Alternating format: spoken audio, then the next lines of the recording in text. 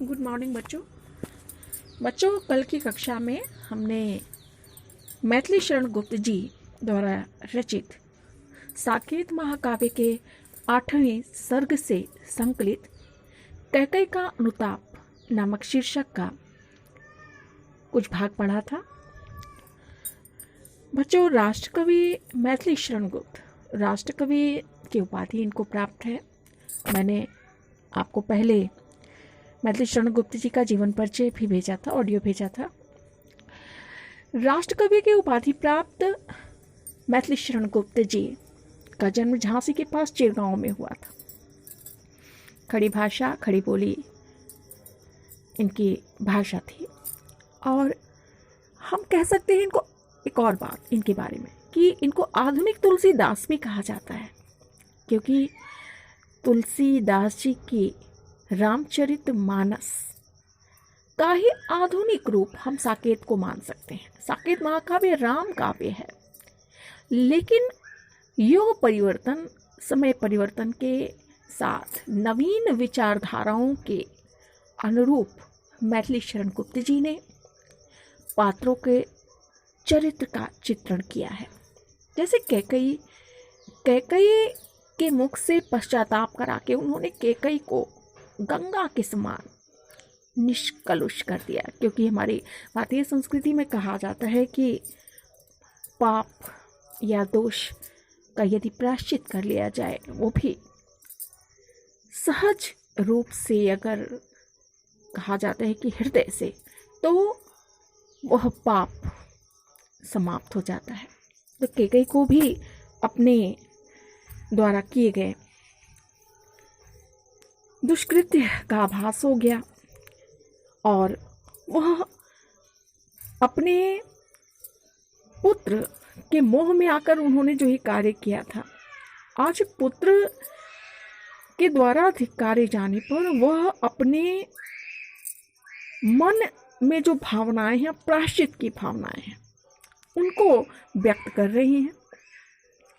हम कल जहाँ तक पढ़ चुके थे, उन अंतिम पंक्तियों को मैं दोहराऊंगी कि कैकई ने कहा था कि थूके मुझ पर त्रैलोक के भले ही थूके, जो कोई जो कह सके कहे क्यों चूके, छीने न मात्र पद किंतु भरत का मुझसे, रे राम दुहाई करूं और क्या तुझसे। हे राम, इसके अलावा मैं तुमसे और क्या प्रार्थना कर सकती हूँ कि भले ही तीनों लोग मेरी निंदा करें, जिसको जो कहना हो कहे, लेकिन भरत की माता होने का गौरव कोई मुझसे ना छीने। आज हम बच्चों आगे बढ़ेंगे। अब यहाँ से कहते आते थे यही अभी नरदेही, माता न कुमाता पुत्र कुपुत्र भले ही। कैकई कहती है कि अभी तक तो नरदेही यानी मनुष्य, अभी तक लोग यही कहते थे कि पुत्र भले ही कुपुत्र हो, किंतु माता कभी कुमाता नहीं हो सकती। अब कहें सभी ये हाय विरुद्ध विधाता, है पुत्र पुत्र ही रहे कुमाता माता। किंतु मेरी इस करतूत, मेरे इस कार्य के बाद अब लोग यही कहेंगे कि पुत्र तो पुत्र ही रहता है, भले ही माता कुमाता क्यों ना हो जाए।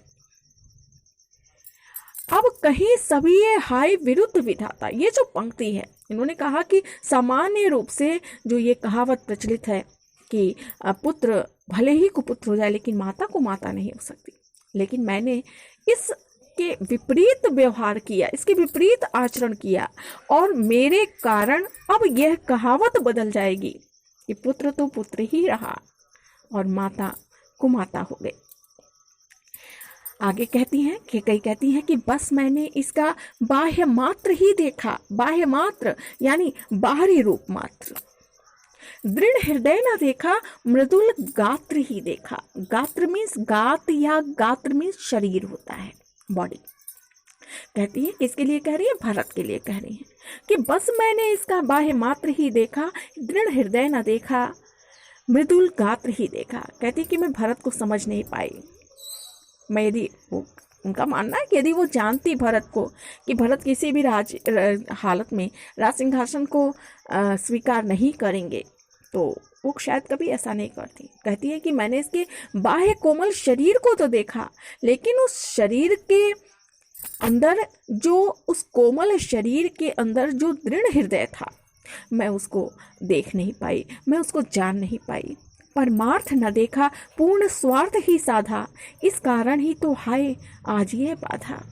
कहती है कि मैंने परमार्थ यानी दूसरों की भलाई, मैंने दूसरों की भलाई के बारे में नहीं सोचा, पूर्ण स्वार्थ ही साधा, केवल पूर्ण रूप से मैंने अपने स्वार्थ के वशीभूत होकर मैंने ये कार्य किया, इस कारण ही तो है आज ये वाला, और इसी कारण तो आज ये बाधा यानी मेरे समक्ष, मेरे सामने ये परिस्थितियां उत्पन्न हुई हैं।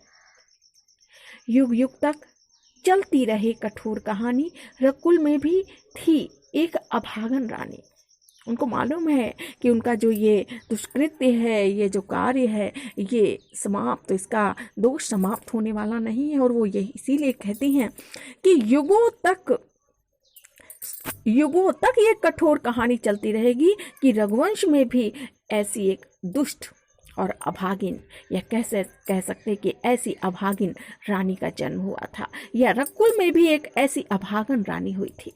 निज जन्म जन्म में सुने जीव यह मेरा, धिक्कार उसे था महास्वार्थ ने घेरा। और वो ये भी जानती हैं कि ये केवल इस जन्म में नहीं, इस दोष का जो दंड है उन्हें हर जन्म में भुगतना पड़ेगा। कहती है कि जब भी मैं हर जन्म में अपने को धिक्कारूंगी कि मैं इतनी स्वार्थी हो गई थी कि मैंने इस प्रकार का कार्य किया, यानी मेरा ये स्वार्थ धिक्कारने के योग्य है। बच्चों, कैकेयी अपने पूरे हृदय से, खुले हृदय से अपने मन की व्यथा को व्यक्त कर रही हैं। राम जो कि मर्यादा पुरुषोत्तम श्री राम जो गुणों की खान है, वह उनके मन में कभी भी कैकेयी के प्रति या भरत के प्रति कलुष नहीं था। और इसीलिए जैसे ही कैकेयी ये कहती हैं कि हर जन्म, जब मेरा जन्म होगा तो मैं ये कथा सुनूंगी और स्वयं को धिक्कारूंगी कि किस प्रकार मैंने स्वार्थ में आकर यह कार्य कर दिया था। आगे की पंक्तियों में देखिए, प्रसंग ये है कि जब कैकेयी को पश्चाताप करते हुए राम सुनते हैं तो राम कहते हैं 100 बार धन्य वह एक लाल की माई, जिस जननी ने है जना भरत सा भाई। कहते हैं कि राम कह रहे हैं कि उस एक लाल, एक पुत्र, भरत जैसे एक पुत्र की जो माता है यानी कैकेयी है, यहाँ माता कौन है? कैकेयी है। 100 बार धन्य है जिसने, वह एक पुत्र की माता 100 बार धन्य है जिसने भरत जैसे पुत्र को जना यानी जन्म दिया है। पागल सी प्रभु के साथ सभा चिल्लाई, 100 बार धन्य वह एक लाल की माई। राम के इतना कहते ही कि भरत जैसे पुत्र को जन्म देने वाली माता 100 बार धन्य है। उस सभा में उपस्थित वह पूरी सभा भी प्रभु के साथ, श्री राम के साथ कहने लगती है कि 100 बार धन्य वह एक लाल की माई, कि भरत जैसे पुत्र को जन्म देने वाली माता 100 बार धन्य है। हाँ, लाल उसे भी आज कमाया मैंने, विकराल कुयश ही यहाँ कमाया मैंने। जब राम उनको धन्य, उनकी जय जयकार करते हैं, तब कैकेयी को अपने उनका कष्ट और बढ़ जाता है। कहती हैं कि मैं अफसोस, हाय, हा शब्द का मतलब अफसोस। एक जगह और मैंने आपको बताया था कि हाय मैं कैसी मूर्ख हूँ कि मैंने अपने इस कार्य से अपने उस पुत्र आज गंवाया यानी खो दिया, कि आज उस पुत्र को भी मैंने खो दिया है। आज अपने इस करतूत से, अपने इस कार्य से मैंने अपने उस पुत्र को भी, जिस पुत्र के कारण जय जयकार हो रही है, उस पुत्र को भी आज मैंने गंवा दिया है। विकराल कुयशी यहाँ कमाया मैंने। कहती हैं कि मैंने केवल जिस स्वार्थ के लिए, मैंने जो स्वार्थ सिद्धि के लिए जो कार्य किया, इससे मैंने केवल अपयश ही कमाया है। निज स्वर्ग उसी पर वार दिया था मैंने, हर तुम तक से अधिकार लिया था मैंने। निज स्वर्ग, अपना स्वर्ग यानी अपनी सारी खुशियां वार देना, निछावर कर देना, उसी पुत्र भरत पर मैंने अपने सारे सुख निछावर कर दिए थे।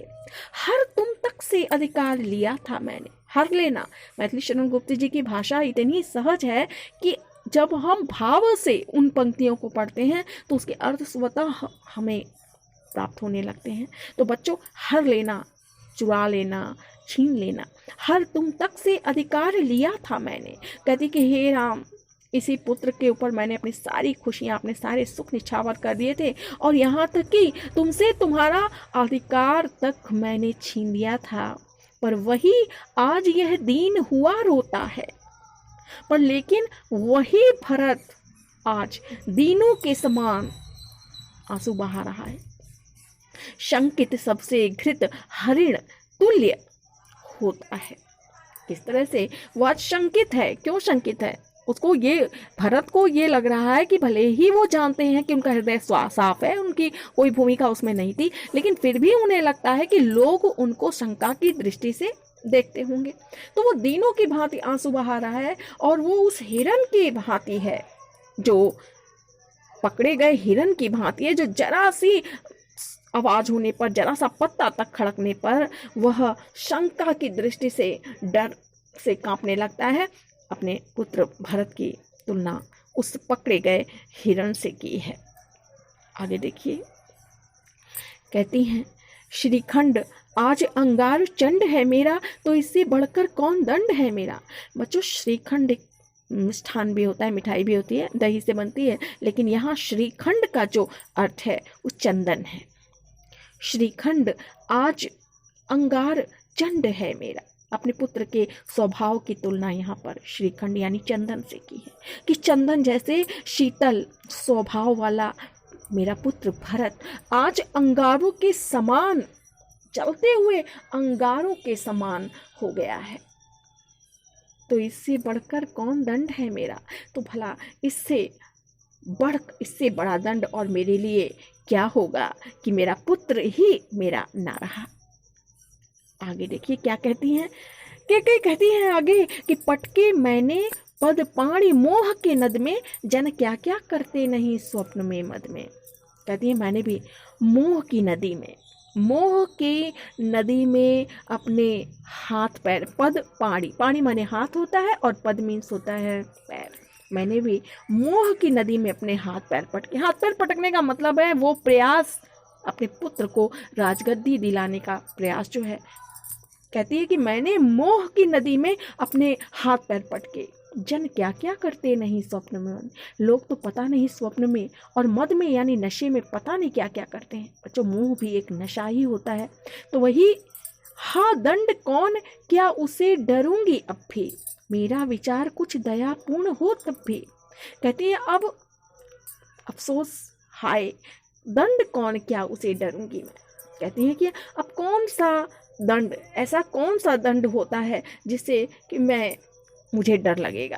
कहने का मतलब है अब कौन सा ऐसा दंड होगा जिससे मैं भयभीत होंगी, मेरा विचार कुछ दयापूर्ण हो तब भी। कहती हैं कि मेरे ऊपर दया करके विचार किया जाए, दया और करुणा के साथ विचार किया जाए। भले ही मेरा जो कार्य है वो निश्चित रूप से ही दंडनीय है, लेकिन मुझे इसका कोई भी दंड दिया जाए तो मैं उससे डरूंगी नहीं, क्योंकि मेरा अपराध निश्चय ही बहुत बड़ा है। और लेकिन फिर भी मैं दयापूर्ण होकर मेरे करुणा के साथ मेरी भावना को समझने का प्रयास करें। हाँ, दया हंत व घृणा, आह व करुणा, वैतरणी सी है आज जाह्नवी वर्णा। वैतरणी परलोक की एक नदी है और जाह्नवी गंगा को कहा जाता है। तो यहाँ पर कहती हैं कि आप लोग यदि दया दिखाते हैं आज मुझ पर, यदि आप मेरे लिए मुझ पर दया या करुणा दिखाते हैं, तो वो मेरे लिए वैतरणी के समान भयावह होगी। लेकिन आप नरक की नदी है ये, और लेकिन मुझे आपकी दया करुणा नहीं चाहिए, मैं दंड चाहती हूँ। वह तरनी सी है आज जाह्नवी वर्णा। कहती है दया और करुणा आज गंगा और वर्णा नदियों के तुल्य होकर, मेरे तुल्य यानी उनके समान मेरे लिए तो वैतरणी जैसी बन रही है। यानी आपकी जो दया और करुणा की भावना है वो मुझे कष्ट प्रदान कर रही है। निश्चित रूप से ये यहाँ पर इस भावना को समझने की बात है कि यदि कोई हमको ऐसा लगता है कि हमने कुछ बहुत ज़्यादा गलत किया है और उस पर कोई हमारे साथ दया हम पर करता है, तो वो दया भी हमको तकलीफ़ देती है। यहाँ पर मैं अपनी समझ से इस पंक्ति को एक और रूप में आपसे कहूँगी। उनका तो ये कहना है कि आज आपकी जो दया है, करुणा है, वो गंगा और वर्णा नदियों के समान है, लेकिन मुझे वो वैतरणी के समान लग रही है, मुझे वो कष्ट दे रही है। लेकिन ऊपर वाली जो पंक्ति है उसका अर्थ मेरे अनुसार हा दया हंत वग्र आहा करुणा। कहते हैं जब वो दया मांगती है केकई, तो लोगों के अंदर से जो उसके प्रति घृणा की भावना है वो हंत मतलब वो समाप्त हो रही है और उसका स्थान करुणा ले रही है।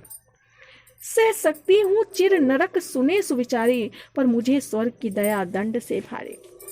कहते हैं कि मैं सुविचारी यानी सुविचार करने वाले लोग ये सुन लें कि मैं चिर यानी हमेशा हर जन्म में नरक की भागी बन सकती हूँ, सह सकती हूँ, लेकिन मुझे जो स्वर्ग की दया है यानी वह मेरे लिए दंड से भी भारी, यानी मेरे लिए जो दया की भावना है वो मेरे लिए दंड से भारी है।